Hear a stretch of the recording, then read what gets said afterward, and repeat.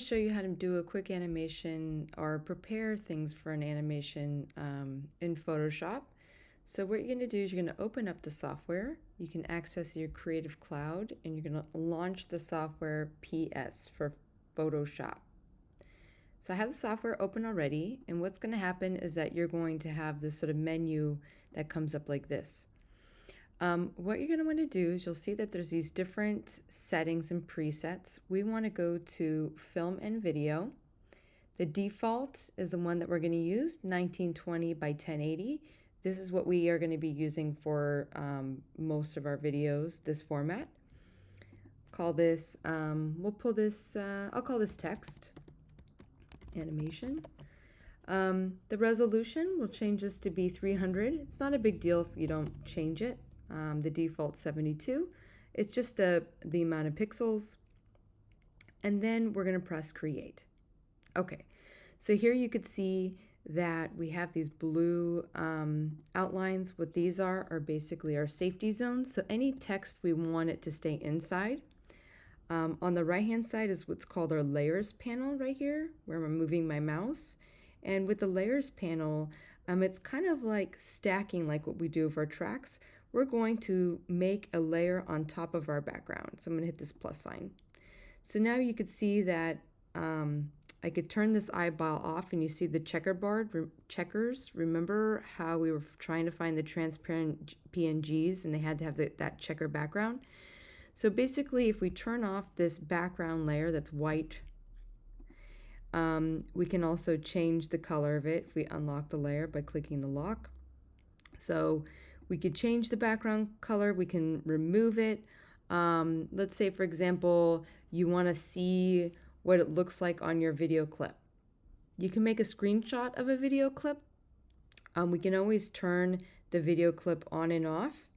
We can just use it as a reference to kind of have an idea of like what the size of your text is. I can also lower the opacity of this just so it's a little bit easier to kind of look at it, add a layer. And now I'm basically ready to paint. So you could technically create your own custom titles. You can do text, but we're going to use it for drawing. So I'm going to delete that layer of text. And what I'm going to do is activate the paintbrush tool. If you hit B on your keyboard, it activates it here. I'll make a new layer. And you don't want to draw on top of your photo. You want it to be on its own separate layer. So here I'm going to put one, and then I'm going to put type video. Okay. So each layer, I'm going to make different layers for my drawings. So I'll put 2 video. And this is going to help me understand what layers are what. So I'll do 3 different versions just so it looks like it's been, it's animating. 3 video. Okay, great. So there's 3 different layers. I'll click on the first layer. What I'll do is I have my brush tool activated and I'll change my color to where you can see it. I'll do a dark blue. I'll do blue like something like this. Okay, maybe you want to do white. And let's see, I'll do this. I'll do a nice bold brush. And I'm going to type, or not type, I'm going to draw out and write. Don't worry about making it perfect because we're going to be creating movement on it. Video. Great. Okay, I want to get this to make it look like it's wiggling a little bit. So what I'm going to do is lower the opacity of this layer because I'm going to trace over it again. Now I'm going to go on to video, my other layer. I don't want to draw on the same layer. I want to draw on a different layer. I'm going to go activate my brush tool again. And I'm going to trace over it, but I'm going to go slightly above it. I'm not trying to trace it perfectly. I'm purposely making it a little bit off so that when I do this here, it shows a little bit of movement. And I'll move this a little bit here. I'll give my E a little bit of a wiggle. Because so here you can see now I can lower the opacity of this one. You can see that, you can see where they overlap, they're darker. Okay, I can always change the opacity again, the original opacity, but for now I'm just lowering the opacity so I could see the previous one. And then I'll kind of change it again, go on top.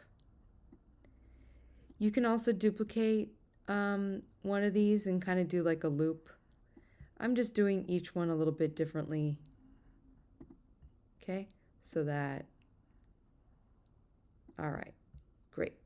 Now what I'll do is I'll go back to these other layers and raise them at their full opacity. Now, what I'll do is I'll turn off these layers so you can see. So let's layer that one. So here, well, actually I'll do it this way. Here, here, here. So you can see that there's a little bit of a difference.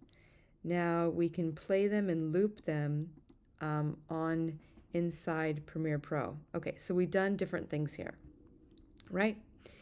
The other thing that we could do is we could also put them into Premiere Pro and then slightly move the orientation so they're not sitting on top of each other. Okay, so now I have to export these as individual layers. I'm going to turn off everything else because I want it to be transparent.